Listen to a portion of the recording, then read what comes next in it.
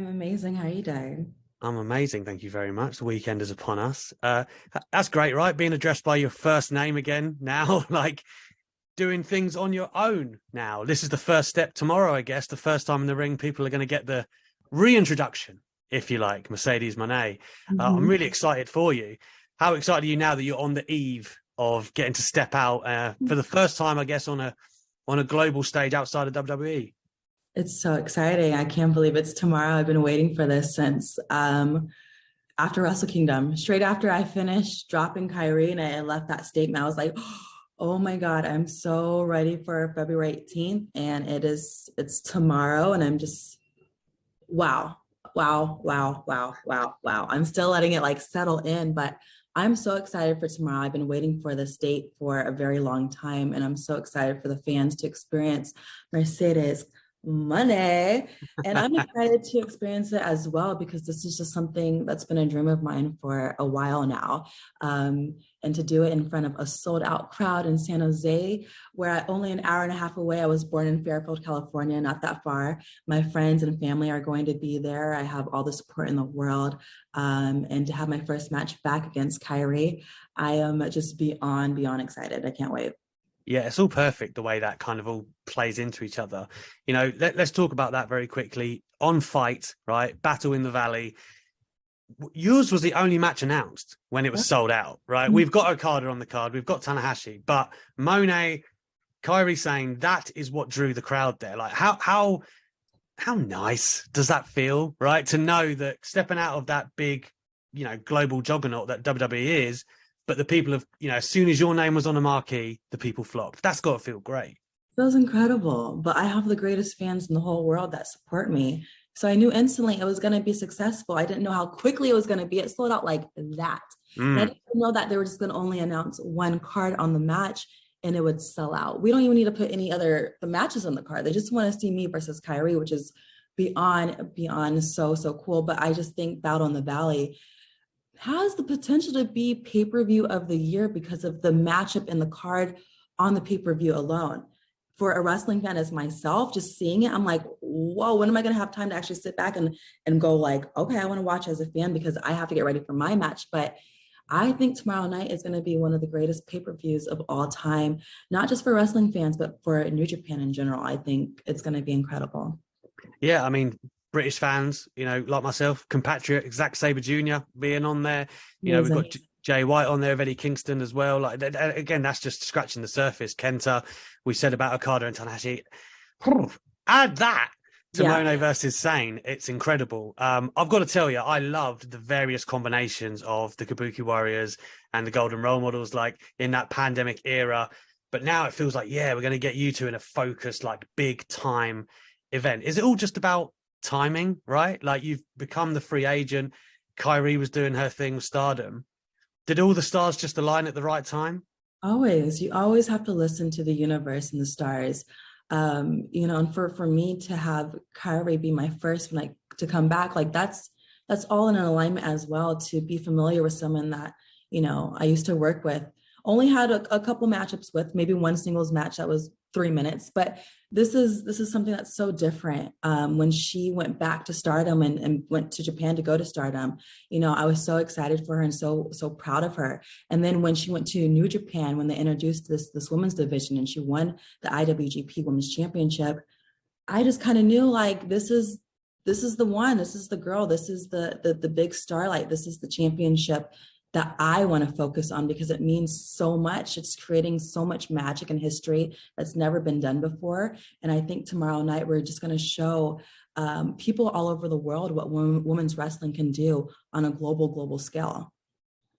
I said this even after the Bianca Belair WrestleMania match at the time, Sasha Banks. I was like, you already had like a legendary resume, right? Your top five matches versus anyone, right? Amazing. Now you're stepping out of that banner and you're talk to me about when the wheels got turning that you thought, okay, when the contract is up or I'm not going back, Japan is next. Because obviously someone like yourself, you've got so many options and, we'll get into if you're going to do anything in Hollywood more and all of that great stuff. But what made you say, okay, Kyrie, Japan, that has to be first? It was just my heart kept on pounding. My dreams kept on being the same every time I went to sleep. I was like, this Japan dream, I've had it since I was 13, since watching. It never went away. It never went away. So with this opportunity of being a free agent, I knew I had the choice and I got to make the decisions. And that was the first time for me. So I knew when I saw that the IWGP Women's Championship was first announced, I was like, this is it. This is Mm. what I want. This is my dream. This is a dream come true. So I had to go chase it. So I had to go to New Japan and be like, this is what I want. I want the opportunity to go after this. So I flew my butt over to Wrestle Kingdom, left a little mark on Kairi Sane, and now here we are, February 17th, and the next day is February 18th. Is San Jose Day, Battle in the Valley. It's about time for me to create and bring something home. You know, I've been away from the ring for 9 months, so I'm here to bring a baby home. You know what I'm Yeah, saying? yeah. I hear you. Your hair looks awesome, by the way. I know. Still, how much work is that? A lot of work. This wasn't easy. It's never easy when you got that much money in the bag, but when you're Mercedes Moné, you got people on your hands and feet like this. They got you. I You can't have even no imagine. idea how hard it is to find a hairstylist that can do weaves in Japan. Listen, that sounds like a task. I know it is. No, it's true. Speaking of the new look and new names, I know that you had filed various different names, right? Or you different trademarks ahead of coming out. When did you land on Mercedes Monet, I should say? When did you land on that for sure? Oh, instantly. I know. Really? Maybe in my head, maybe in June, I knew. I was like, you know what you want. You know what you have in the bank. You know what you are. You are money. So it just kind of rolled off the tongue right away. So Mercedes Monet just came. I got all my little trademarks in order. There's going to be so much more. So I get to collect all the checks when it comes to my IP. And yeah, just I love it. It's Mercedes Monet. Money, money, money. I love it. I love it. Speaking of that, talking about departing WWE and heading to Japan, and everyone got a taste of you in front of the crowd for the first time when you made that amazing appearance at Wrestle Kingdom.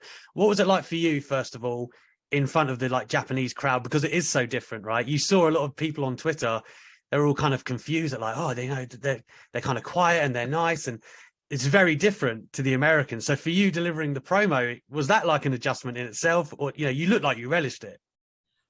To me, when I went out there, they sounded so loud. They were really loud to me, and I was expecting them to be quiet because there was still this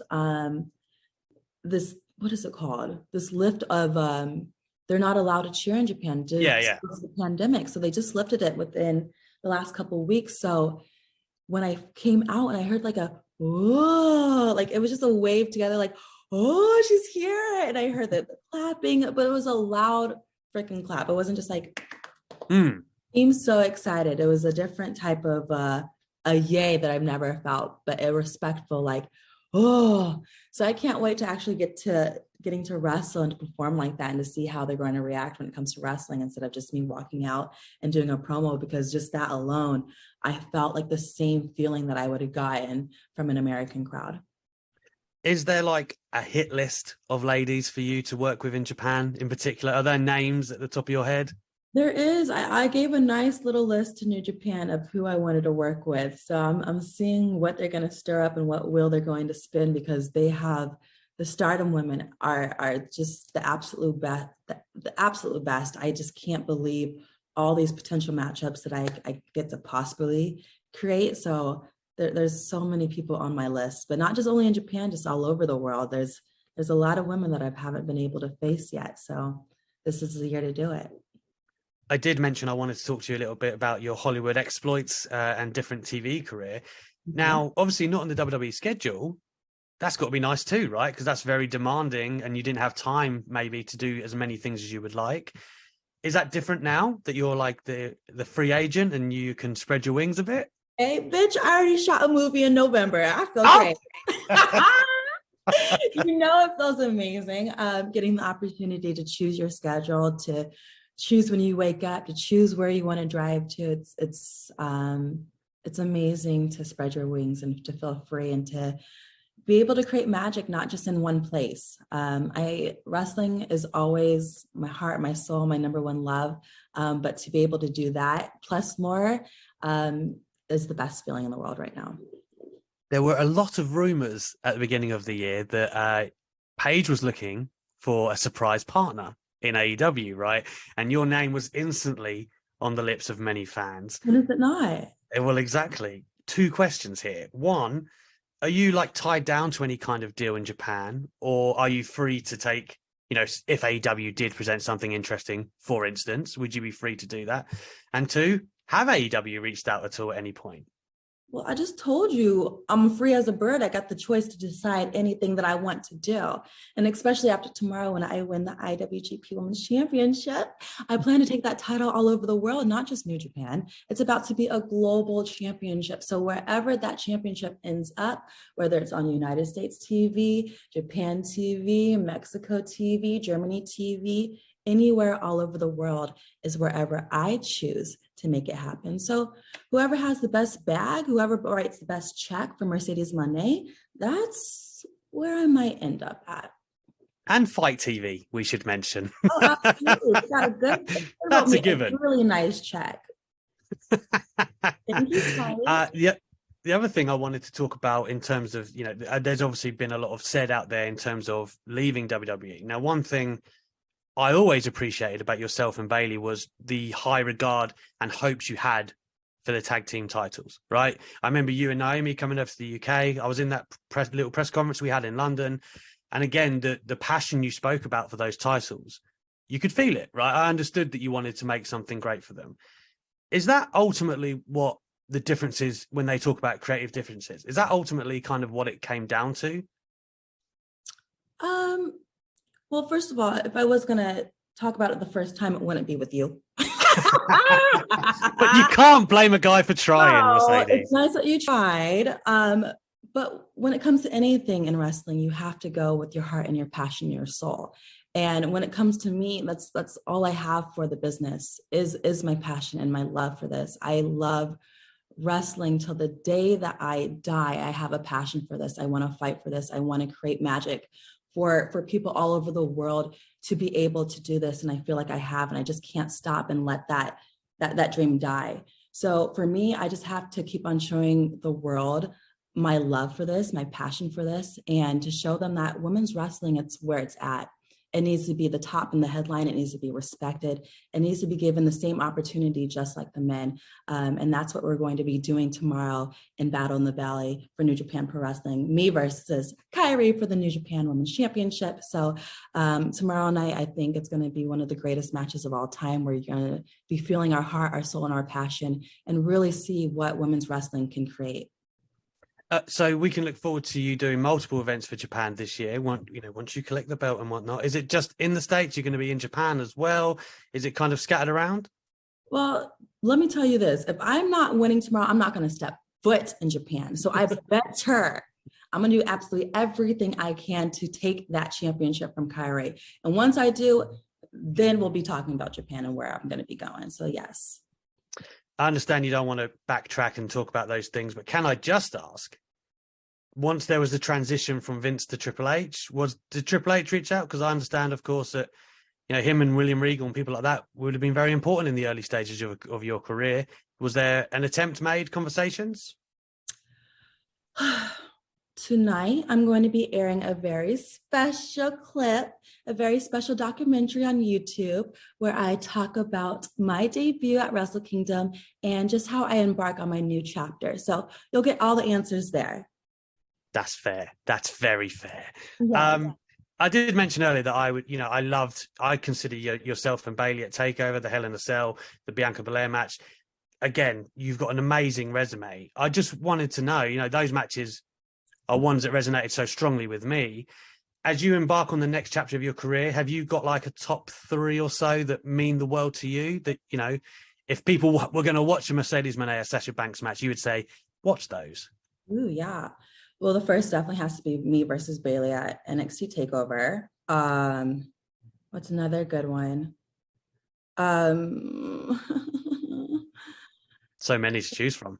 So many. My category and my career cannot be outdone. It can't. It can't be outdone. It can't be undone.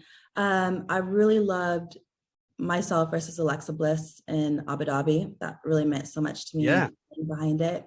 And then I would have to say myself versus Bailey and Hell in a Cell during the pandemic. I still see clips of that match, and I cannot believe we had such an incredible match without no freaking fans. Yeah. Must have Like hurt how more too. everything hurt. I can't believe the passion and the feeling that you get from that match when there's nobody in the audience. Mm. It's wild. I love that match. And if I could do any of those matches that I had in the pandemic with a crowd today, I can't even imagine the feeling. Oh, I wish. I wish. Like I said, huge fan, very impressive resume. And I just know you're going to go and outdo that again outside of the walls of WWE starting tomorrow. Battle in the Valley, yourself, Kyrie Sane. Mercedes, thank you so much for talking to Daily Mail today. And again, can't wait to see what you got in store for us. Thank you. I'll go get that money. Awesome. Thank you very much for that. I really appreciate it. Have a good one.